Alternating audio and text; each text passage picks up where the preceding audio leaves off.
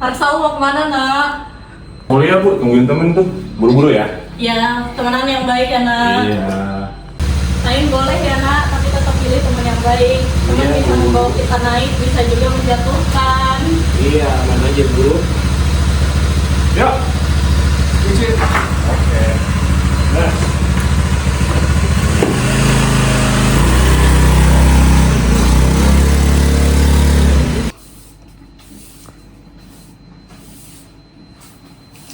Bu, mau kemana, nak? Mau kuliah. Oh iya, hati-hati di jalan ya, Iya. semangat kuliahnya. Assalamualaikum. Waalaikumsalam. Itu udah ngerjain tugas akhir yang eksi kemarin belum sih? Waduh, udah mana banyak banget lagi tugas akhir lainnya.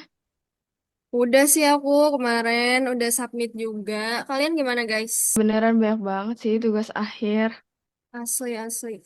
Oh iya kalau misalkan tugas kita yang ekonomi pembangunan gimana? Mau dikerjain nggak? Boleh tuh. Lebih cepat lebih baik sih.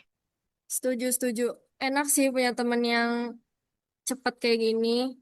Kalau Ya, teman Kak. yang baik sih harusnya nggak cuma ngebenerin doang ya, tapi berani ngingetin juga tuh. Iya setuju banget. Betul. Jadi lebih cepat deh kerjaan. Benar-benar setuju. Ya elah, anak sebelah makin songong aja.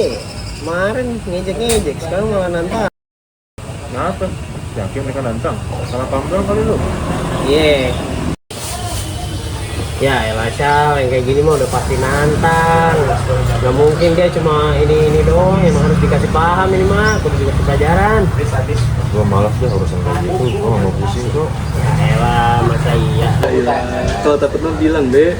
Gak takut gua, biasa aja.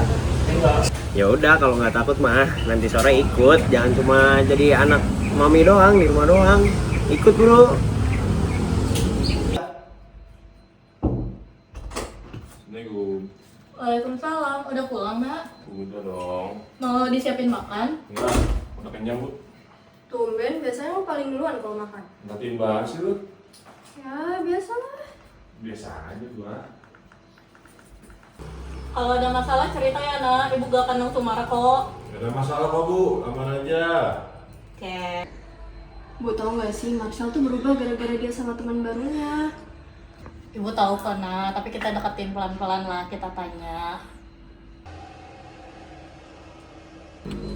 Mana sih nih orang?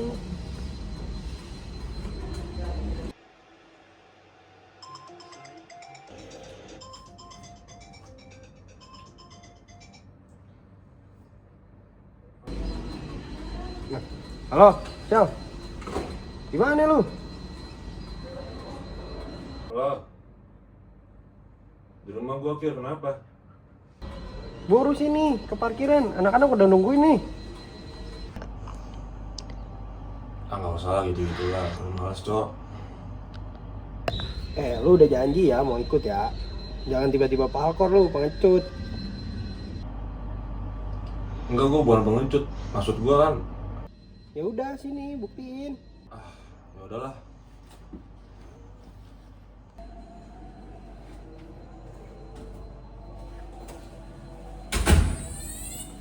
Mana nih si Marcel lama banget nih? Udah. Nah itu dia. Nah datang juga nih. Oh sorry Cok, lama Cok. Nah itu. Sorry. Ayo. Banget cok. Emang aja. Itu udah ngapain? Jelas. Ngapain lu nantangin gua? Lah kagak ada yang nantangin lu. Punya aja yang panas. Nggak usah polos Itu maksudnya apa di story? Lah, kenapa lu ngerasa? Bukan ke lu ya? Buat sih. Lu sini kalau berani. Lah, ayo pukul lah. Tapi ngomong udah ayo.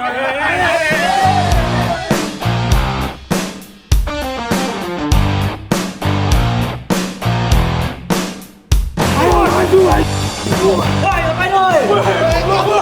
Woi, bubar.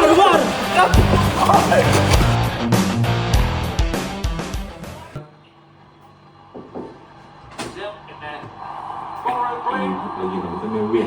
Ya, nak. Ini sini. Waalaikumsalam. Dari mana aja? Di rumah temen Bu. Di rumah teman apanya lo baju sekotor ini bu? Astagfirullah, Marsal, ini luka apa? Ini kok kalau restoran tuh kecil kok. Ini di kepala juga tadi kejual semari. Lo gak usah bohong Marshall. Enggak, gua nggak bohong. Seriusan, gue gak bohong. Ibu bukannya marah karena luka kamu ya, tapi karena kamu bohong. Lo pasti ikut ribut kan? Ya, gue cuma gak mau dibilang bangsa sama temen-temen gue doang. Jadi lo takut sama teman lo daripada kehilangan harga diri lo sendiri. Nah, sekarang kamu duduk dulu deh di bawah. Ntar ya. Ya. Nih anak, teman-teman kamu yang ngajak tawuran itu bukan mau ngejaga kamu. Lo pasti masih punya pilihan, Syal. Abis ini pasti lebih baik lagi kok. Ya, maafin aku yang kabur dan sebenarnya kalian. Aku habis ini gak mau deh. Iya, ibu maafin. Tapi ibu benar-benar berharap jangan diulangin lagi. Ya.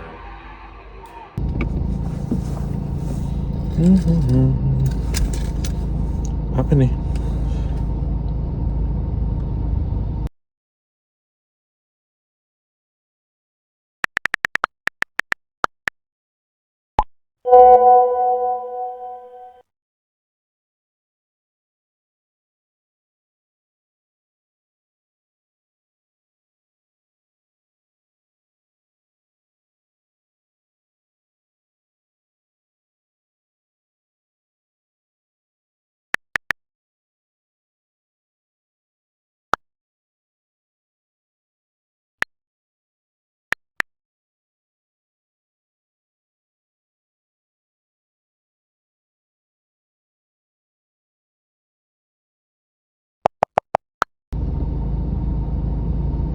Aduh, nggak lagi dah kok kayak gini dah.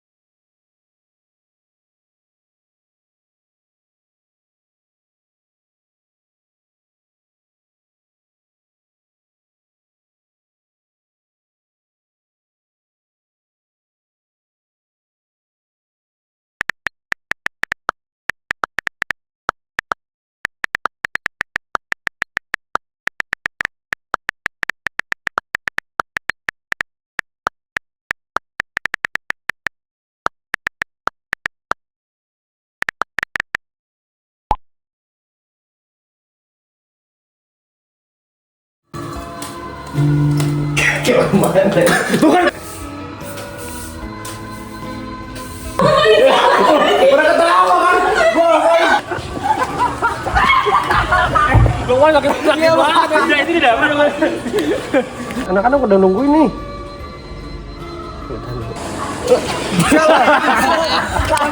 Jadi anak.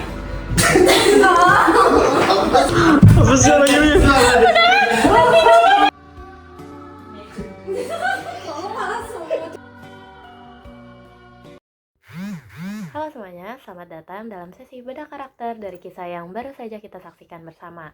Tawuran remaja bukan sekedar fenomena kenakalan biasa di jalanan, melainkan sebuah gunung es dari masalah psikologis, pencarian identitas, dan krisis lingkungan sosial. Hari ini kita akan melihat bagaimana struktur perubahan karakter seorang anak yang terjebak dalam lingkaran hitam ini, melalui 4 tahapan penting pengembangan karakter. Oke, sekarang kita akan masuk ke karakter awal dari tokoh utamanya, yaitu Marshall. Jadi di awal cerita, penonton itu diperkenalkan dengan tokoh utama yang merepresentasikan Marshall maupun remaja pelaku tawuran lainnya. Nah, ia digambarkan sebagai sosok yang masih labil, mudah terbawa emosi, dan juga sering mengambil keputusan secara impulsif. Nah, baginya tawuran itu menjadi cara untuk menunjukkan keberanian dan menjaga harga diri kelompoknya. Tapi di balik tindakan itu, ia belum memahami bahwa ada konsekuensi yang harus dihadapi, baik bagi dirinya sendiri maupun bagi keluarga yang selalu mengkhawatirkan keselamatannya. Oke, mengapa mereka bisa bertahan dalam lingkaran itu? Pemicu utamanya ada 2. Yang pertama, provokasi lingkungan, dan yang kedua adalah ilusi solidaritas. Karakter utama di video tersebut memiliki blind spot atau titik buta di mana mereka tidak bisa membedakan mana kawan sejati dan mana lawan. Mereka begitu mendewakan teman-teman segengnya seperti Diki dan Rian, serta menganggap peringatan dari orang-orang yang tulus menyayangi mereka seperti Fatma, Miza, atau bahkan ibu mereka sendiri sebagai angin lalu yang mengganggu eksistensi mereka. Mereka buta bahwa solidaritas yang mereka banggakan sebenarnya rapuh dan berbasis kepentingan semata. Oke, next titik balik kejadian atau the climax or inciting incident. Perubahan tidak akan terjadi tanpa adanya guncangan yang besar. Titik balik karakter ini terjadi ketika realita lapangan menampar mereka dengan amat keras. Di saat tawuran pecah, bahaya nyata mengancam nyawa yang menjadi ilusi solidaritas itu hancur berantakan. Karakter utama terluka, terkapar, dan ditinggalkan sendirian oleh teman-teman yang katanya sehidup dan semati. Pada momen mencekam itulah, di tengah rasa sakit dan ketakutan tertangkap aparat atau tertangkap orang lain dan kehilangan nyawa, mata mereka baru terbuka. Mereka tersadar bahwa saat mereka berada di titik terlemah dan hanya menyisakan penyesalan mendalam.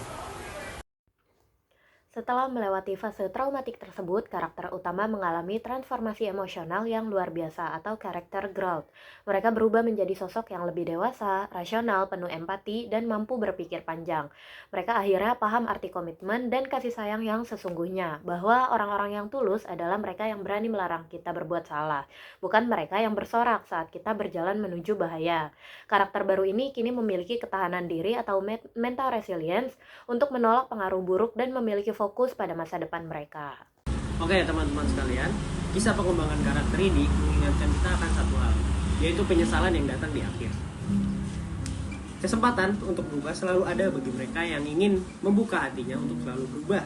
Jangan sampai kita kehilangan masa depan atau terluka di jalanan hanya karena atas nama solidaritas yang asli ataupun solidaritas yang palsu. Kami kelompok 19 dari pengembangan karakter, terima kasih dan mari kita menjadi agen perubahan yang membawa dampak positif bagi lingkungan sekitar kita.